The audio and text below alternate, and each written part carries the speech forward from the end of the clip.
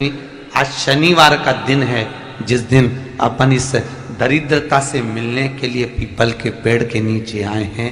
हिंदू धर्म में ये दिन पीपल के वृक्ष के लिए पूजनीय होगा। जो भी शनिवार के दिन पीपल के वृक्ष की पूजन करेगा, दूध चढ़ाएगा या मिष्ठान का भोग लगाएगा, लक्ष्मी और नारायण उसके घर में प्रवेश कर जाएगा। लक्ष्मी और नारायण उसके घर में प्रवेश करेगा। पुराण की कथा कह रही है कि दुनिया के सारे तीर्थ नहीं जा सकते, पृथ्वी की सारी नदियों में स्नान नहीं कर सकते, पवित्र नदियों में आप स्नान नहीं कर सकते, या किसी भी तीर्थ में जाकर एक रात्रि भी विश्राम नहीं कर सकते, या हमने जिंदगी में कोई दान करा ना करा, कोई पुण्य करा ना करा, कोई सत्कर्म करा ना करा, कोई शास्त्र पढ़ा ना पढ़ा, कोई शास्त्र सुना ना सुना, उसके बाद भी शिव महापुराण की कथा कहती है कि एक दिन में अगर मात्र एक बार भी आप शंकर के शिवालय में प्रवेश कर गए या मंदिर में प्रवेश कर गए तो सारे तीर्थ, सारी नदियां, सारे सरोवर, सारी बावड़ी, सारे तालाब, सारे कुंड के स्नान का पुण्य, दान का पुण्य प्राप्त हो जाता है, केवल शिव तत्व को प्राप्त कर लेने। शिव महापुराण की कथा कह रही है कि घर में जो दिया होता है वो दीपक भी कोई साधारण नहीं होता,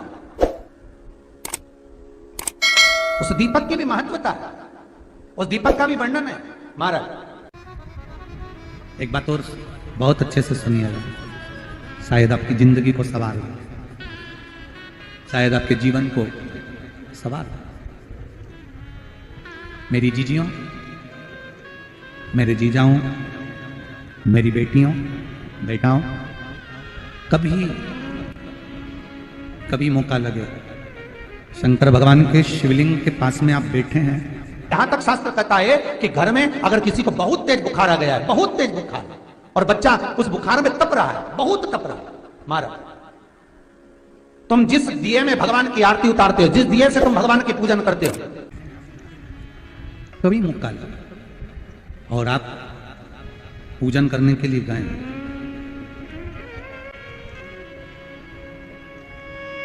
कभी पूजन करने के लिए, और आपको शंकर भगवान के शिवलिंग के पास में या शंकर भगवान के शिवलिंग के ऊपर कनेर का अगर पीला फूल देखा है ना आप लोगों ने, अरे बोलो तो जम के, देखा है?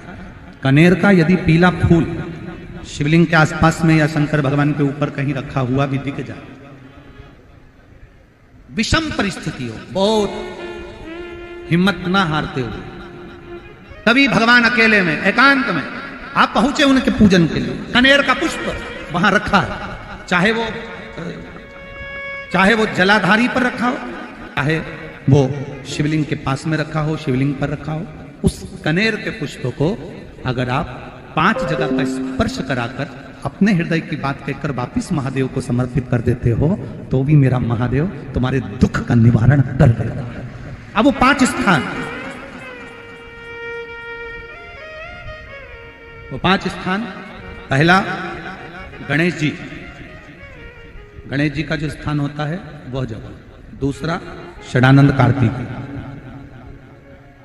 तीसरा अशोक सुंदरी वाला स्थान, चौथा जलाधारी जो ऊपर से बूंद बूंद जल नीचे गिरा रही है, जया, विषहरा, शामली बारी, दौतली, देव, शंकर जी की 5 बेटियों का, और 5वें नंबर का है शंकर भगवान के, जो कैसे वर्णन किया जाए, त्रिशूल के 3 भाग होते हैं।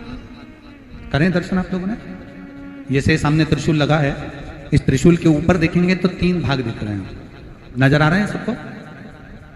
त्रिशूल का जो 3 भाग होता है, उस 3 भाग का जहां ज्वाइंट होता है, जहां मिलता है, एक जगह पर देखो तीनों भाग एक जगह पर मिले हुए, 3 भाग का जहां मिलन होता है, पंचम स्थान, ये 5वां स्थान, यहां पर स्पर्श कराकर शिवलिंग पर अपनी कामना कर कर श्री शिवाय नमस्तुभ्यम कहकर बाबा से अपने मन की बात कहकर जो समर्पित कर देता है, हम 3 महीना भी नहीं कहेंगे, हम तो कहेंगे अगर ज्यादा दुख है 3 दिन इंतजार करना, मेरा बाबा उस दुख को मिटाएगा।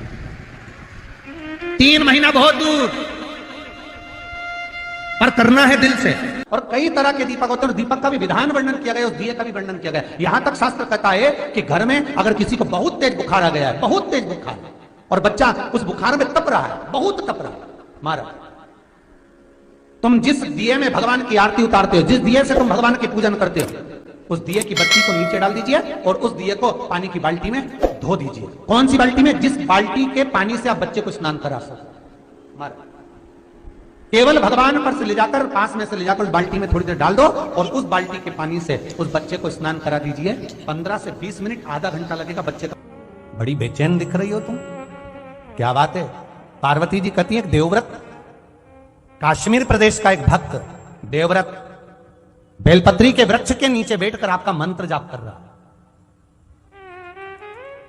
मैं आपको जगाना नहीं चाहती थी, पर बेलपत्री के वृक्ष के नीचे लक्ष्मी झाड़ू लगाती है, सरस्वती वीणा बजाती है, इंद्राणी उस बेलपत्री के वृक्ष के नीचे जल का सींचन करती है, 33 कोटि देवी देवता उस बेलपत्री के वृक्ष की जड़ में विराजमान होते हैं।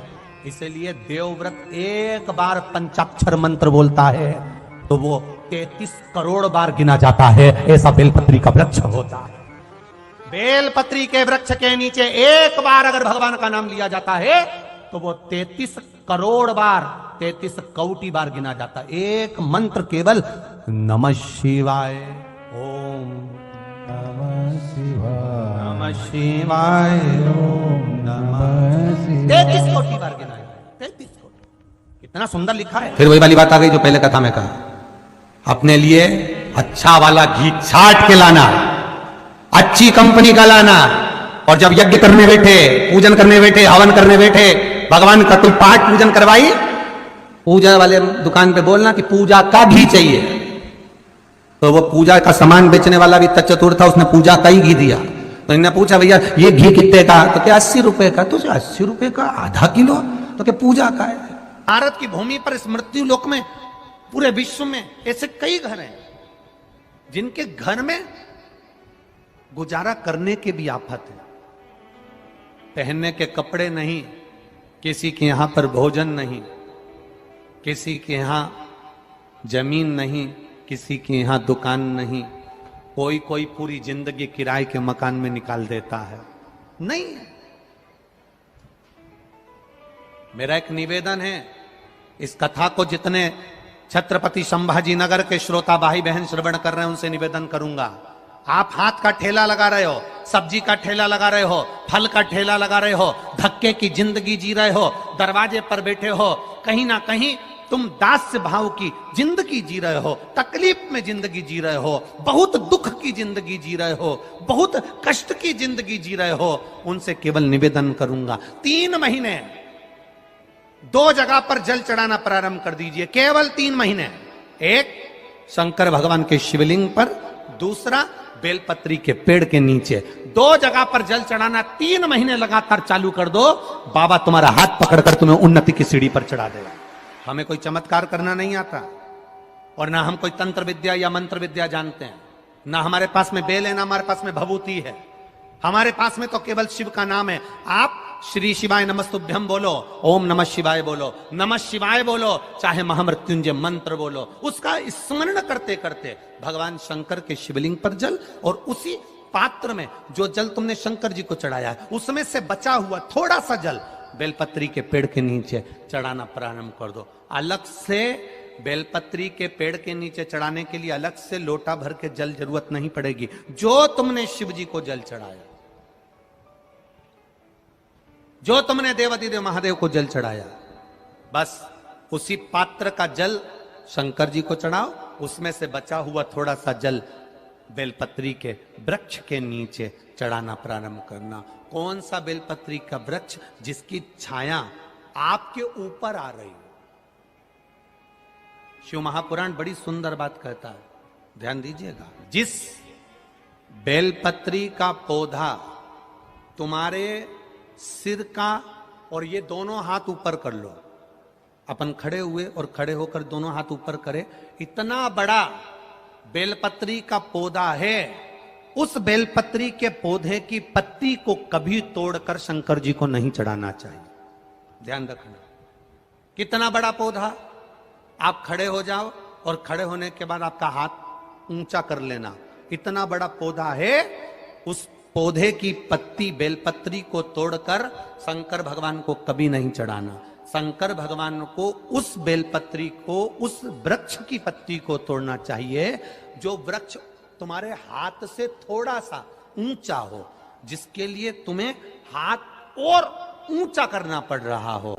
जैसे एक बच्चा अपनी मां की गोद में बैठने के लिए दोनों हाथों से उचकता है, आवाज लगाता है, उचकता है, आवाज लगाता है, हाथ ऊपर करता है, तो मां उस बच्चे को गोदी में ले लेती है। उसी तरह उस बेलपत्री के वृक्ष की पत्ती तोड़ना चाहिए जिसने थोड़ी उन्नति कर ली हो, जो थोड़ा ऊंचा हो गया हो।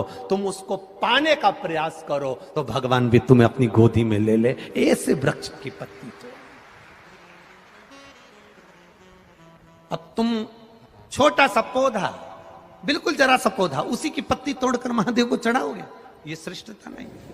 यदि बेलपत्री का पेड़ आपके यहाँ है और मान लो कई लोग बेलपत्री गमले में लगाते हैं या छत के ऊपर लगा देते हैं, बेलपत्री का वृक्ष जो होना चाहिए वो घर के ठीक पीछे के भाग में, पीछे के भाग। या बेलपत्री का वृक्ष अगर पीछे नहीं है तो आप अपने घर से जब बाहर निकलते हैं तो राइट हैंड की ओर बेलपत्री का वृक्ष होना चाहिए। आप जब घर से प्रवेश कर रहे हैं, बाहर की ओर निकल, वो सुख का अनुभव करा। यदि घर से निकलते समय बेलपत्री का पेड़ लेफ्ट में अगर आता है, आप जिस घर से निकल रहे हो लेफ्ट में अगर बेलपत्री का पेड़ आता है तो आप 1 रुपए कमाएंगे, 1.25 रुपए खर्च होगा, पैसा हाथ में टिकेगा नहीं। घर में 10 लोग भी कमा रहे हैं तो पैसा घर में दिखेगा नहीं, आएगा जरूर, सारे काम होंगे पर टिकेगा नहीं। यदि लेफ्ट में, राइट भाग का बेलपत्री, सुख का अनुभव। बेलपत्री का वृक्ष घर में लगाओ तो घर के पीछे के हिस्से में लगाना चाहिए, और ऐसी जगह नहीं लगाना कि जहां पर बेलपत्र में गंदा पानी जाए या कोई गंदी वस्तु उसके नीचे पड़े। 33 करोड़ देवी देवता बेलपत्री के पेड़ के नीचे सोमवार के दिन, कोई रविवार के दिन, कोई मंगलवार, कोई बुधवार, कोई गुरुवार, कोई शुक्रवार, कोई शनिवार के दिन बेलपत्री के नीचे आकर 33 करोड़ देवी देवता हो तप करते हैं, साधना करते हैं। बेलपत्री के पेड़ का बड़ा प्रमाण है। एक बेलपत्री ऐसी होती है जो कि शंकर पर अगर चढ़ी हुई है तो वापिस उतार कर धोकर फिर शिव को चढ़ा सकते। किसी व्यक्ति से कोई काम करवाना है, वो काम नहीं कर रहा, कोई फाइल आगे नहीं बढ़ रही है, कोई कार्य अटक रहा है, या फिर कहीं रुपया पैसा अटक गया हो, नहीं निकल रहा हो, तो एक जल के पात्र में जल भरकर 5 बेलपत्री शिव जी को समर्पित कर कुंदकेश्वर महादेव का नाम लेकर एक सफेद पुष्प बेलपत्री के ऊपर जो शिव जी को चढ़ाई है उस पर समर्पित कर जल जो लेकर गए हो, अपनी उस कामना को कर कि मेरा ये कार्य अटक रहा है, ये कार्य नहीं हो रहा, कुंदकेश्वर महादेव का नाम लेकर धीरे धीरे जल की धार चढ़ाइए। और एक बात हमेशा याद रखना, फिर निवेदन कर रहे हैं, अच्छे से समझ लेना, शंकर जी पर जब जल चढ़ता है, शिव जी का जब अभिषेक होता है, शंकर जी पर जब जल चढ़ाया जाता है, दूध चढ़ाओ, जल चढ़ाओ, कुछ भी चढ़ाओ, पर एक बात का स्मरण अपने जीवन में होना कि इतने ऊपर से मत चढ़ाना कि जल चढ़े और छींटे आपके ऊपर। बहुत ध्यान दीजिएगा। हाँ, तो यहां तक वर्णन करा गया है कि शंकर जी का जल चढ़ा हुआ जहां से बहकर जाता है ना, उसको लांगा तक नहीं जाता। यहाँ लांगते हैं क्या? नहीं ना, परिक्रमा भी करेंगे तो वहीं से लौट कर वापिस इधर जाएंगे। शिव जी का जहां से जल बहकर जा रहा हो, चढ़ा हुआ जल जहां से बहकर जा रहा हो, उसको लांगा तक नहीं जाता। और कई लोग बड़े बड़े आनंद में शंकर जी पे इतनी ऊपर से जल चढ़ाएंगे तो वो छींटे पूरे अपने ऊपर आना चाहिए, शरीर पर आना चाहिए। नहीं नहीं, उसका दोष है महाराज, उसका दोष है।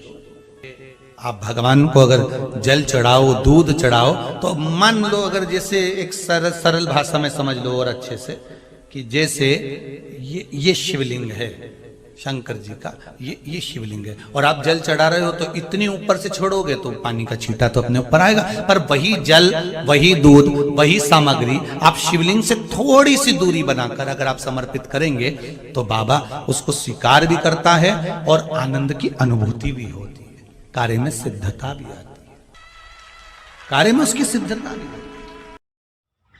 अगर हमारी वीडियो आप सभी भक्तों को अच्छी लगी हो तो शेयर, लाइक और कमेंट ज़रूर करिए।